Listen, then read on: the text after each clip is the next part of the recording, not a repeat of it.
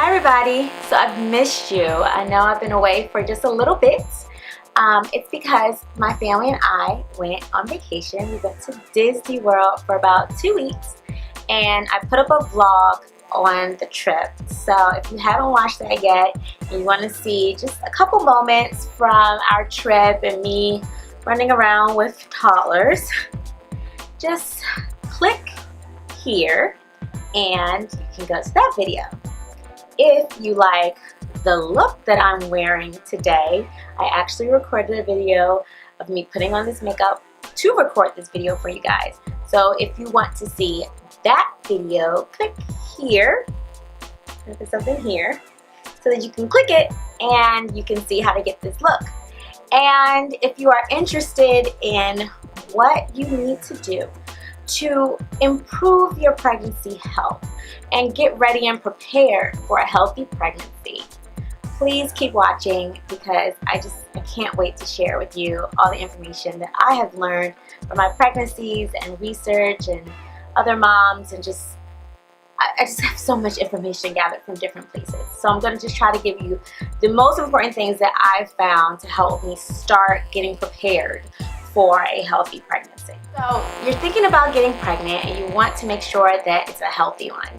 I know those steps, I know that thought process, because with my son, of course I wanted to have a healthy pregnancy, but I wasn't as well researched in what healthy really meant.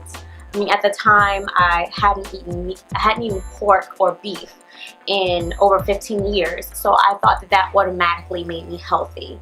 But what's more harmful than pork and beef is sugar, white sugar, honestly. So even though I wasn't eating those things, I was definitely less healthy than a person who was eating that and not eating white sugar. It just took that entire experience where I gained a lot of weight. I had gestational diabetes and I was really tired, fatigued, and just looked crazy, got stretch marks because of the way in which I conducted my pregnancy. It wasn't as healthy as it should have been. So when I decided to get pregnant with my daughter, I did a lot of research. I prepared for the pregnancy ahead of time and prepared myself mentally so that I could gain less weight, have more energy, be happier and healthier throughout that entire pregnancy. And you know what? I was. It was a success.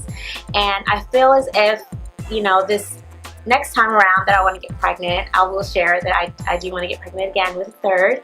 So getting prepared again is really important.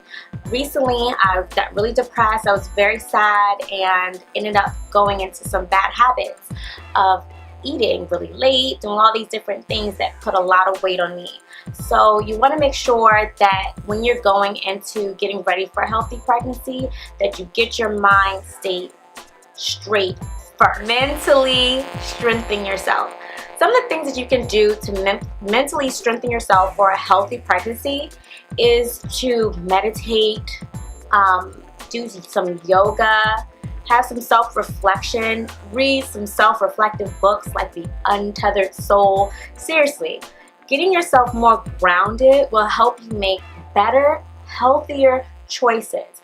You won't tell yourself silly things like, oh, I'm pregnant, I don't want to deprive myself, so I'm going to eat a cookie. Knowing good and well that a cookie has nothing to do with deprivation. It really doesn't, but these are tricks that you tell yourself so that you can do something bad to yourself, and honestly it's not good for the fetus either, so to your baby. So getting yourself mentally prepared in that way, thinking positive thoughts, having good visions about food, and starting to look at some of your habits with food. Are you eating very late at night because you're thinking that that's a way to kind of take off the stress and have leisure activity is to eat? And to eat things like chips and, you know, dips and all different types of things that are processed. You know, usually those comfort late night foods are processed foods. You aren't grabbing celery, you're grabbing, you know, popcorn with butter, extra butter. You know, you're not doing things that are healthy.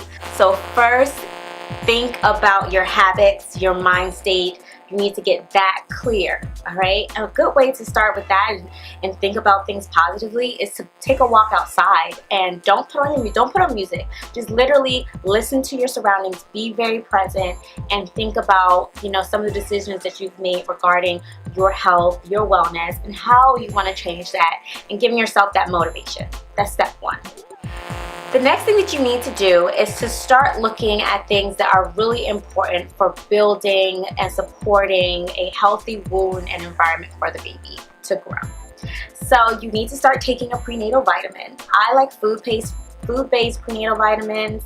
I take the Baby and Me vitamin. That's one of the ones that I like. A lot of different people like other ones. I've tried the rainbow one. I think it's called rainbow. I'll leave a link in the description box below.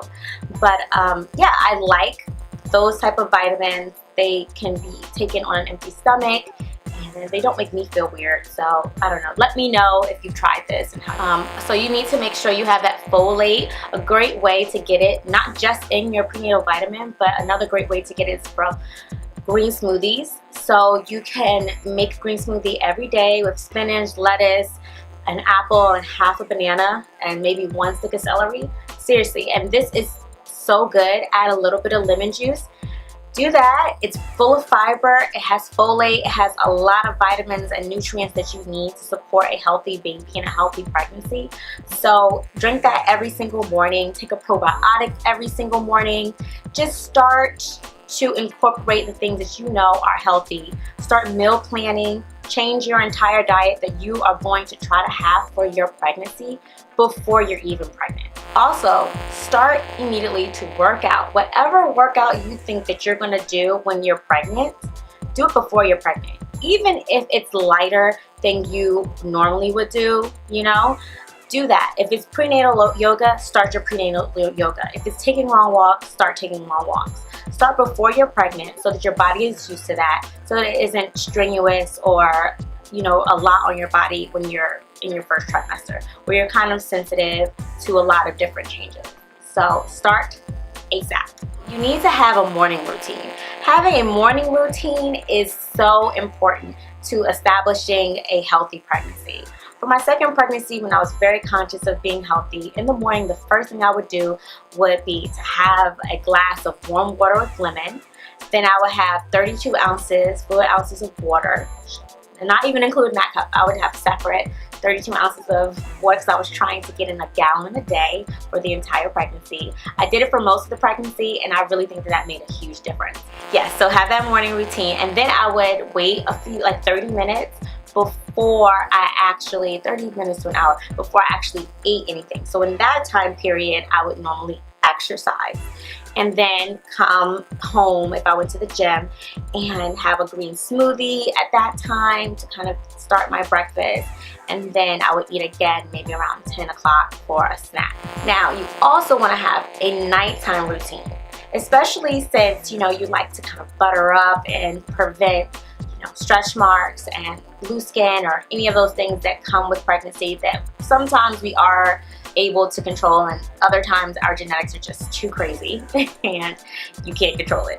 So, but you do your best. And so to minimize that chance, or to minimize the damage that even your genetics are going to do, is to have that nighttime routine started early, giving yourself a full body massage before you go to bed with oils like jojoba oil or sweet almond oil or whatever preventative stretch mark oil you want to use or lotion you want to use.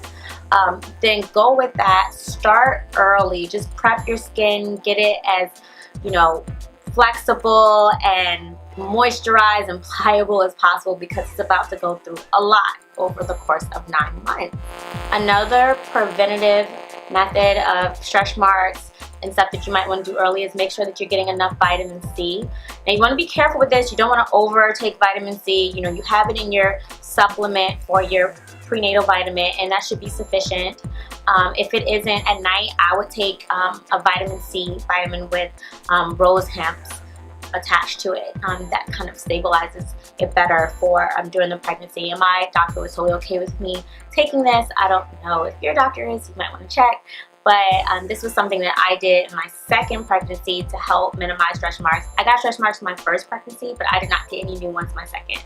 And I do think that this is one of the things that helped. Also, I think taking fermented cod liver oil along with my prenatal vitamin was something to help bring my pregnancy to a new level of health.